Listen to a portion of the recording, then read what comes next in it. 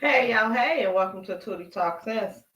Now, as y'all can see from the title, first y'all know I have to make sure that y'all can hear me well, so let me do that. But as y'all can see from the title, and if y'all been watching the news or read any article, what's the headlines right now is that author of the book, is it Fire and Fury, that had all these over 100 hours of recording. I don't know if it's still playing yet. Wait. They had over 100 hours of recording of Jeffrey Epstein has released some unheard video recording. Let me make sure this volume is good. Has released some okay, there it is. Video recording. Okay, so he released unheard video, audio recording. Jeffrey Epstein talking about his relationship with Trump. Now, if y'all like me, I have tried to be unbiased as far as when it comes to allegations connected to other people. As far as, for instance, the P. Diddy allegation. To me, everybody who took a picture with P. Diddy wasn't involved in the P. Diddy stuff. So the same go with Jeff Epstein. Everybody who took a picture with him wasn't involved in it. But come to find out, Epstein and Trump was friends for over 15 years. And Epstein states that he was like Trump bestie for 10 years. Now they fell out over the purchases of a house. He felt like Trump snaked them on this house, right? So this unheard, unreleased audio have came out of Trump. And Trump is now saying, with Trump campaign is now saying why he released it so close to election. He trying to do election interference. He lying. They never happened. So that's Trump stands on it. Now I'm here for a good time, not for a long time, okay? Because y'all know it's 11, so it's on my lunch. So I'm gonna try not to talk too fast, even though I'm a fast talker. And we're gonna get through this. I didn't wrote down my notes so I won't get distracted. Now the podcast is on it's on Apple Podcasts, but I believe also Daily Beast is have these episodes so you can watch them for free if you don't have Apple. Apple, you don't have to sign in. You can also go watch it for free there. So let me go through and look at my notes, and we're gonna get through this. Let me tell you now, you MAGA people. I know on TikTok, baby, you say Trump, they finna be up in your comments. And to my followers, thank you, because half the time I ain't even got to say nothing, baby. They right back up in there with them. Before I get a chance to comment, they got it. Okay, y'all ain't too bad over here on YouTube, but your TikTok ones, not Republicans, because to me there's a difference between Republicans and you Trumpers. But TikTok, it's go down. So this is my commentary on the audio that's been released. And today is the day before the election, so y'all go out and vote. I'm not saying who to vote for. Y'all already know who I voted for. I voted on Friday because I ain't trying to be out there in the blind. So if y'all haven't voted, go out and vote for whoever you feel like is gonna help you in your life and what's right for you. Now, let's get into it, okay? I didn't even drop the theme song. Let me give y'all a little couple of seconds so I can dance and relax.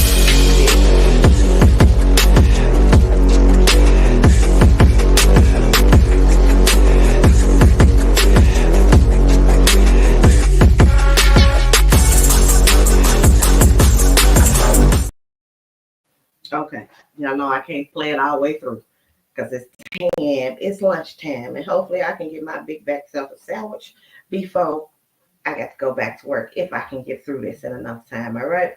So before we start, I know I be talking crap myself when I'm watching other people's channel. And they was like the video. Like, wait, I got to see if you say something for me to like it yet. But if I end up seeing something, go ahead and like the video. If you haven't subscribed to the channel, go ahead and subscribe and follow me on all social media in case I forgot to say it in the middle or at the end of this video. I'm getting it out the way now. All right, let me put my comments up because I forgot last time. Now let's go through this video. Let me show you. First of all, we have to say, before I got here, I just found out that Quincy passed. Quincy Jones done passed. me get my slides together because I thought I did, but apparently I didn't because they haven't popped up. Bear with me, people. Bear with me. We finna get there. We finna get there.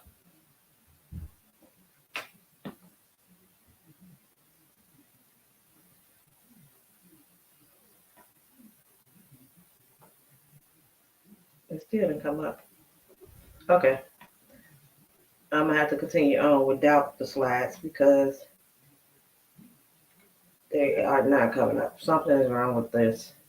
And that y'all don't want me talking about Trump. Well, I'm not on Twitter, so it should be fine. It should be fine. And Elon Musk shouldn't be disturbing anything up here. Just steady telling me it came up, but it didn't. But Quincy Jones, he's 91 years old. You know, he was known back in the 60s for a producer, but won a bunch of Grammys, and he's 91. I think his most famous daughter is Rashida, who's an actor. She's on Yes Man. When I initially saw the movie, I thought it was a white lady, but it's not. It's his daughter, and she's a well-known actress. And so he passed away at the age of 91. His family released a statement as far as saying, you know, they was happy to have as many years with him as they did. So condolences to his family. And I know people like, oh well, you know, they're up in age, but my grandmother is 86, and if she passed, I'm still gonna be sad. I know she got to live a full life, but still, you know, you're gonna miss it. So condolences to the family for that. Now, let's get on to Epstein and Trump. Now, this, like I said, the interview is on the Apple app podcast called Fire and Fury. The author is Michael Wolfe because that's the name of the book that he's the author of the book Fire and Fury, and he's on this podcast, and he's just telling stories about conversations that he had with Epstein before Epstein allegedly unalived himself in the cell. Now, let's see. So Michael has over 100 hours of Epstein talking about the Trump White House. He said that Trump was incapable of not copping a feel. He's going through the story about how Epstein had brought like one of his girls over, and Trump was like, the girl felt like that it was like an octopus. His hands was all everywhere. And he said Trump was incapable of not copping a feel when he, you know, met a beautiful woman. So Epstein said he knew Trump would become president and he was afraid of that. They became friends in 87 or 88, and they continued their friendship up until 2004. And they fell out about real estate. So they was friends for roughly about 15 or 16 years. Now, he said they was very competitive against one another as far as with money, with women, with property, with cars, with planes, pretty much everything. They would just compete. And so he and owning planes, at this time, owning a plane had just became a status symbol. And they both went out and bought like 747s. They didn't buy like little small jets, private planes. They bought big commercial airlines. So, and what's crazy is that after Epstein passed away, Trump is on the campaign trail. I want to say that this year or last year. So he's on the campaign trail, and his plane, Trump plane that he was flying across to campaign with, he broke down.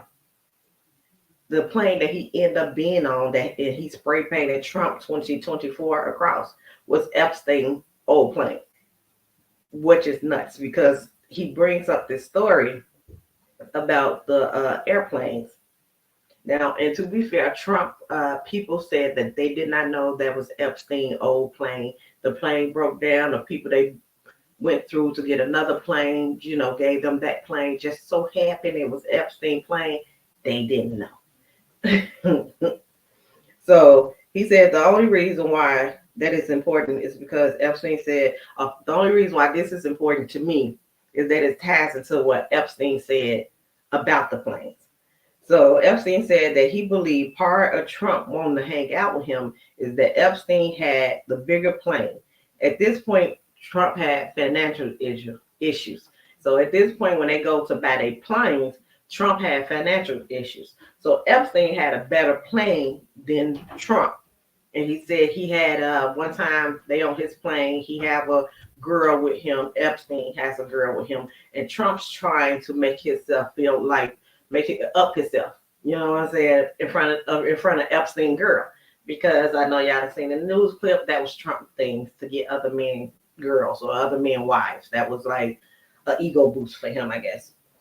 So Trump on the plane trying to get at the girl, right? And he's trying to get Epstein to um, reroute the plane to go to Atlantic City because Trump had bought property in Atlantic City, and this particular girl was a model, but I believe she was like overseas. She wasn't a model from the U.S. So she didn't know anything about Atlantic City, and Trump's trying to explain to her what Atlantic City is, and he's trying to explain to her what Atlantic City is, and he told her it's going to be like the new Las Vegas. And Epstein go and tell her like, no, it's not. It's a white trash, like it's the white trash Las Vegas, and Trump is the king of white trash. So I was like, no, he didn't. But I'm not saying that's what his core base is, because Biden called his core base trash. He called it garbage. And I was like, that's funny that Epstein had already said he was the king of white trash. But let's continue. Now, I'm a Gemini, like Trump is a Gemini. And when I was young and immature, baby, my petty was unmatched. I was like 50 Cent petty. So imagine a guy who was from one of the S-hole countries or garbage neighborhood that you look down on is now at a level but beating you financially that you have to ride on his plane and getting his girl and trying to get his girl because Epstein was like known to be with models. He had some type of connection. I can't really recall, but with the Victoria's Secret, I'm assuming Victoria's Secret CEO. So he had access to all the Victoria's Secret models. So he didn't now this guy that who he had more than him, who came from nothing, and end up having more than him, where you got to ride on his plane while you trying to get at his girl, and he just embarrassed you in front of this girl and called you the king of white trash. Now that he's down in the dump and he's in jail and then allegedly unalived himself, you go get his plane and ride his plane. I said that ain't the level of petty. Now this is, as I said, Trump. People said they didn't know it was his plane, but I'm like, did you not? But anyway, I said I know that ate Trump up. Then reverse the role. Trump is president. The FBI took down, and now you're riding that plane. So let's continue. So Epstein seen Trump as a Bush League. This is what he say in the recording. I'm like, what the heck is a Bush League, right? So that means not high quality or sophisticated. It's pretty much calling a person a second rate. So Epstein is from Queens or Brooklyn, and Trump seen him as the Brooklyn guy who have achieved this high level of success. So let me go to around 14 minutes where they try to explain Epstein and Trump personality back then. Why is it only 11 minutes? What did he say? Okay. Let me go to the 14-minute mark. And as you just giving you a description of how the author viewed Epstein and Trump from what he didn't heard Epstein talking about. 14.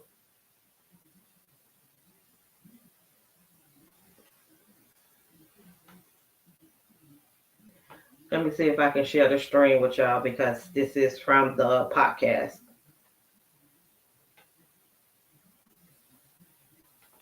Brothers in Arms. There was a beauty pageant that was organized at Mar-a-Lago. Remember, Trump is in the pageant business, and Trump organized it and put it together. It was Miss, I don't know, Miss something or other. And, girls were brought in and they were told it was a big deal, a major event, and flown into Mar-a-Lago. And when they arrived on the Mar-a-Lago stage, these girls for the beauty pageant. The only people there to see them were Epstein and Trump. I mean, was there any awareness on Epstein's part that there was something gross going on here? Or was he an equal participant? I mean, I certainly never got an indication that Epstein was That's not questioning really. himself. Let me see. I can pull it. Exponents. Of course, we see now Epstein as the sexual monster, but certainly, at least in Epstein's telling, he and Trump were pretty much in this regard brothers in arms. There was a beauty pageant that was organized at Mar-a-Lago. So during that time, I was trying to find a comment where he pretty much says during this time, it was like they had the mindset of rich guys, where, the way that they treated women and things of that nature. See if I can find it without y'all having to listen to it all over again. In fact, he seemed to regard Trump's behavior as somehow proving that his own was far more reasonable. Ah, interesting. I remember he said about Trump, now, of course, this is Jeffrey Epstein saying this, which actually kind of magnifies the description, but he said that Trump has no scruples. Good Lord. Wow. Yeah, I was just saying that's crazy how Epstein, who, had all his charges filed on him with the underage girls, would say that Trump had no scruples. But, how bad do you have to be for this predator to say that you ain't none off limit for you? Great insight with an absolute lack of self-knowledge. We'll be back right after the break. Let me go past the... Imagine being what they're doing a tourist partner. Phase unfold. Turn on Vaccine Adjuvant. 90s. Or visit a Rex. According to invite the prospective wife to with his friends. Now, then next, this is where he go to. They were saying that Trump had a fetish about sleeping with his friends' wives. And he would invite his friends over. He would invite his friends over and not tell them that the wife would be on speakerphone. So the wife is quietly listening on speakerphone while he invite his friends over to his office or whatever. Then he'll bring up how the friends are screwing around and the different women that they screwing around with. So what his what they said locker room talk when he said he grabbed him by the cat. He would do that with the friends there and get them to talk about the different women that they cheating on their wife with, but would have their wife on speakerphone listening in. And that's how he would trick the wives. Besides getting tricking the men into telling on themselves, that's the way he would, wiggle his way in with his friend's wife and sleep with the friend's wife. Because they pretty much, he'll be the revenge, XEX. They'll sleep with him for revenge on their husband and be like, yeah, okay, you sleeping with all these women, I'm finna sleep with your friend. So that was that. So they go into Marla Maples, who is Trump's second wife. And Epstein talks about how she became pregnant and Trump came to Epstein because he didn't want her to have a baby. So him and Trump did everything they can to try to convince her not to have the baby. But she ended up having a baby because they got married 2 months after she had the baby, which is a daughter named Tiffany. So they got married in December 1993. 2 months later, they got married in December of 1993. 2 months before she had the baby, Tiffany. They were separated in 97 and got divorced in 99.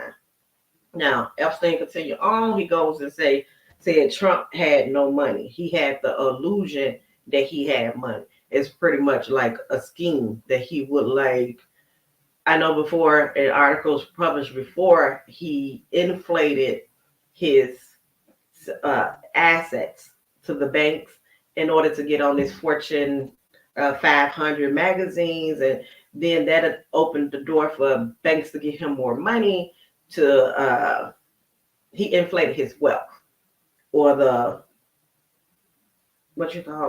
value of his properties. to make it seem like he had money that he didn't have. And then banks gave him more money thinking he was worth more than what he was worth, type of thing. So that's what Epstein was saying. Trump really had no money. It was a illusion of the money. Then he goes and breaks down the story about how him and Trump eventually fell out. So they fell out over the purchase of a home. So in 2004, Epstein brought Trump over to a house that he was trying to purchase, because he said Trump really wasn't like a real estate mogul.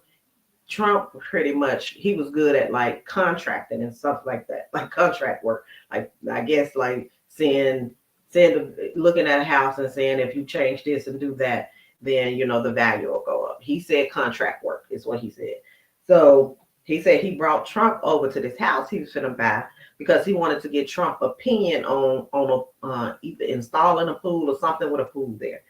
And then at this time, Epstein was going to be the highest bidder when he bid around $36 million. So he said Trump then went behind his back. The property that he brought him over to get his advice on, Trump went and then bid it on the same property. But Epstein wasn't too worried about it because he looked like Trump ain't got no money, right? But what Trump did was borrow money to buy the house that Epstein wanted. So once he borrowed the money to buy the house, he bought the house around 40-some million. He outbid Epstein 30-some million. Trump borrowed money, bought the house around 40 million, and then immediately put the house back on the market and sold it for around 96 million to, guess who? Can y'all guess who he sold it to? One of his besties now.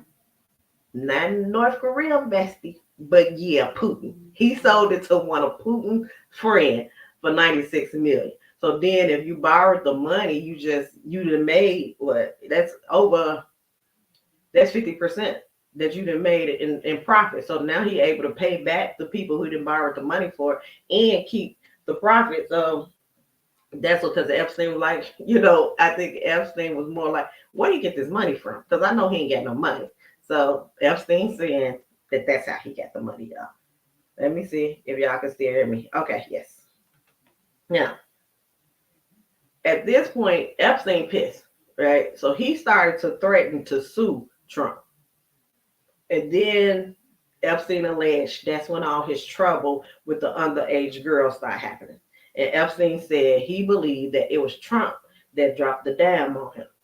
Now, everybody's been talking about Epstein and the unaliving, whether it was self-unaliving or whether it was somebody else did it and they set it up to make it look like a self-unaliving, right? So Epstein said, Wolfe. This is the author who recorded these audio with Epstein. He said that Epstein's will bring out photos of Trump at Epstein house with young topless girls. And one photo had a telltale stain on the front of Trump pants. And the photos, Epstein kept them in a safe in his house. And he would bring them out while he talking to them. And he showed the guy, the author, these photos of Trump with these young girls. Let me see if I could, so y'all can hear him say it. So y'all won't be this something I made up. Because I ain't got a dog in a fight. Don't become safe. Tootie said, okay? Where are these pictures? He would go and he would take them out of the safe. Yeah. And then he would return them to the safe. And I would say it was likely that they would have been there when the FBI, Trump's FBI, these, they were Trump at Epstein's Palm Beach house, sitting around the pool with these young girls. And the young girls are topless. And in some of the pictures, they're sitting in his lap. I mean, whoa. And then there's one I especially remember where there's a telltale stain on the front of Trump's pants. And the girls are pointing at him and laughing. At that point, they laugh. Where are these pictures? He would go and he would take them out of the safe. Yeah. And then he would return them to the safe. And I would say it was likely that they would have been there when the FBI, Trump's FBI at Yeah. that point, not to put too fine a point on it, Yeah. raided Epstein's house and took the contents of the safe in 2019. Wow. Is there a Steve Bannon connection in this? Now, I said that could explain, the girls looking at the pens or at the stain and laughing. I said, so I don't know if they laughing because of the crowd sizes or because he didn't get so excited that he didn't, early release on his pens, or, something happened with him and one of the young girls there and he left the stain on his pants. I don't know, but they was laughing. They was pointing laughing. So yeah, so I was like, let me go into this. I didn't went down a rabbit hole, right? Because I'm like, let me find out information let me go and see, because you heard what he said, the Trump FBI. So I was like, let me timeline this and see, does this all connect, right? So let me go through the timeline with y'all. So when like I said, they was friends since the 80s. They stopped being friends in 2004, is what he said. Now I went and looked it up. The house that he's talking about, where he won the house over Epstein, this was November of 2004. That's when the auction of his house happened. He outbid Epstein. Trump bought the house, resold it, and made double the price, right? Then I said, well, then 4 months later, after they fought, that happened November 2004. Epstein threatens to sue him. He's so pissed he threatens to sue him, and Trump know he got these pictures of him and these girls. Now 4 months later, according to the Florida Police Department, that's when they began to investigate Epstein, and that was in March of 2005. The auction happened in November 2004. Police started investigating Epstein in March of 2005. Now, according to the police, they started investigating, and I'm going to be fair across the board. According to the police, they started investigating Epstein because a 14-year-old girl told her parents what was happening at Epstein house. The parents came to the police, and that's how they started to investigate Epstein. Now, they started in March 2005. He was charged with multiple accounts in May of 2006 by the state's attorney, Barry Krishner. And they said what was unusual is that Barry took the case and sent the case to the grand jury. So initially he had all these accounts that he was going to get charged with. The state's attorney took the case, took it to the grand jury. The grand jury came back, and he only charged him with one account of soliciting a streetwalker. Y'all know what I'm talking about when I'm saying streetwalker, right? So that's in July 2006. He's only charged with one account of soliciting a streetwalker. Then the FBI began to investigate him. So in 2007, the federal prosecutors prepared a case against him, but Epstein's attorney and the federal prosecutor at this time was a guy named Alexander Acosta. They talked for about a year about a plea bargain. So then in 2008, Epstein pled guilty to one account of soliciting a streetwalker and one account of a streetwalker being under 18. And he was sentenced to 18 months in jail. Now, during this time, Acosta didn't win. He didn't win. Yeah, I said didn't win. He had a secret agreement with Epstein, and they didn't prosecute him on federal crimes. I'm like, how? You in the federal court? But he had the secret agreement with Epstein. He didn't get prosecuted on federal crimes, and he served most of his sentence as a work release program, where he was at home, out in the street, whatever, during the day. Then he would come back to jail at night. Then in 2009, Epstein is released from jail. Trump is elected president in January 2017. Now the FBI is under Trump control. In November 2018, the Miami Herald newspaper revisited the handling of Epstein case, and particularly they was looking at Acosta who's the attorney who gave him this secret federal release sentence where he was out during the day and come report to jail at night. So the Miami Herald is a newspaper who then they said they was investigating this attorney who brought up this secret agreement that he had with Epstein. And this attorney now is President Trump labor secretary. So then in July 2019, Epstein is arrested on federal sex trafficking. Then in August of 2019, he is found unalive in his jail cell. So did y'all follow that? He get into it with Trump. They stopped being friends in 2004. 4 months later, that's when he got investigated by the Miami police. The Miami police had multiple charges, but they say money can make things happen, but that ain't reported. That's what I'm saying. So in 2004, he fell out with Trump. 4 months later, the police gets investigating him and got him on multiple charges. By the time it gets to court, the attorneys say we only gonna do one charge. Take it to the grand jury, it's only one charge. He get convicted of that one charge in 2008. And then all the federal charges goes away. And then he's what is it? He go to the work study program, the work release program, and he's pretty much given this fluff deal where he just out doing what he wants during the day and report to jail at night. So then Trump is elected president. Then a year later, the federal case against him is reopened. Then he's arrested again for the federal sex trafficking charges against him, which they say is under the Trump FBI arrested him. Then 1 month later, he got arrested on August 10th. No, he got arrested on July 6th.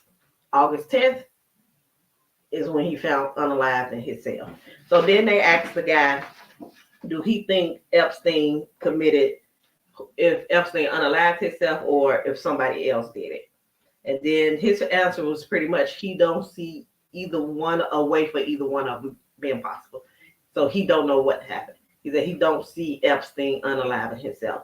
He said if somebody else did it, that means there will be a lot of people in high positions that would have to cover it up. So that also seems impossible, but that was his answer. Let me see if I can get to that answer really quick, y'all. 20. So large.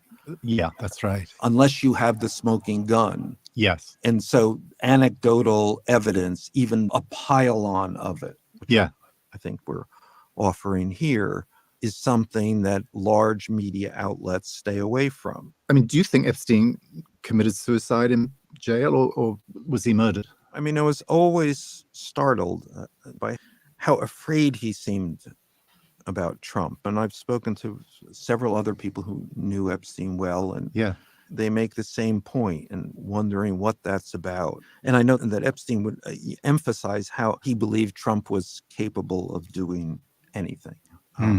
He had no scruples. And I urged Epstein to go public with everything I've told you here, but Epstein's attitude was that I was clearly unaware of how the real world operated. So in the end, Epstein died in prison, and we'll probably never hear that story. I remember you once said to me, and I think you were quoting someone else, that Epstein couldn't have killed himself in jail. It also made no sense that he was murdered in jail. Do you remember that? Yeah, no. I mean, the descriptions of how he died seem completely implausible. You have to break your own neck. But the idea of him being murdered seems to also imply that you would have all of these assistant U.S. attorneys and FBI agents who had to keep their mouths shut. Yeah, exactly. So, yes. Here we are, and Jeffrey Epstein's old friend may be about to become the president again. Okay, so yeah, this went so viral that they released another episode of the podcast, and it's called Beyond the Grave. So he's pretty much in that episode just go into more details about Trump and his sleeping with people's wives, and and he believed that Epstein, and that's when he explained that, because in the first episode he said they was friends for 15 years. But in the new episode, he asked him, why do you know all this information about Trump? He's like, well, besides the fact that we was friends for 15 years, I pretty much was his best friend for 10 of those years. So he goes to that explanation as far as how he know this information about Trump. And it's called Beyond the Grave. It's because he believed that the question is asked, why do you release this so close to the elections? He's like, well, actually, I've been trying to get this released for a very long time. I have went to every big news station, and everybody does the same thing. They're interested in it. Then they go meet with the big heads, and everybody back off from it. Netflix was supposed to do a documentary about it. They backed off from it. They said Sky Something, which is an overseas Europe production. They were supposed to do one, then they backed off from it. He said, so at this point, I just continue to live life. He said, but then with the recent woman who came out who said that called Trump like an octopus. He said, so then he came and he decided to go ahead on this podcast, because podcast is now it's an outlet for people to get things that before, where there was gatekeepers who wouldn't let certain things out. Now podcasts, YouTube, other social media is their airway. So then he said, so now he had the opportunity to let it out, and he feel like that this is Epstein pretty much speaking beyond the grave. And he felt like Epstein did have, this is kind of Epstein revenge. So y'all do with that what y'all will. And if something else released on that, I'll come back and talk about it. Don't forget to go out there and vote, y'all. If y'all haven't voted, go out there and vote. Let your voices be heard. Just, there you go. Don't do what that thing doing right there. Like it, subscribe, hit all on the notifications so you can see when I go live. Like this video as we leaving up out of here. And follow me on all social media, Tootie Talk Sense. Don't forget to go over there on Fanbase and create y'all account and follow me over there too. Okay, I will catch y'all next time, and be safe out there. Bye.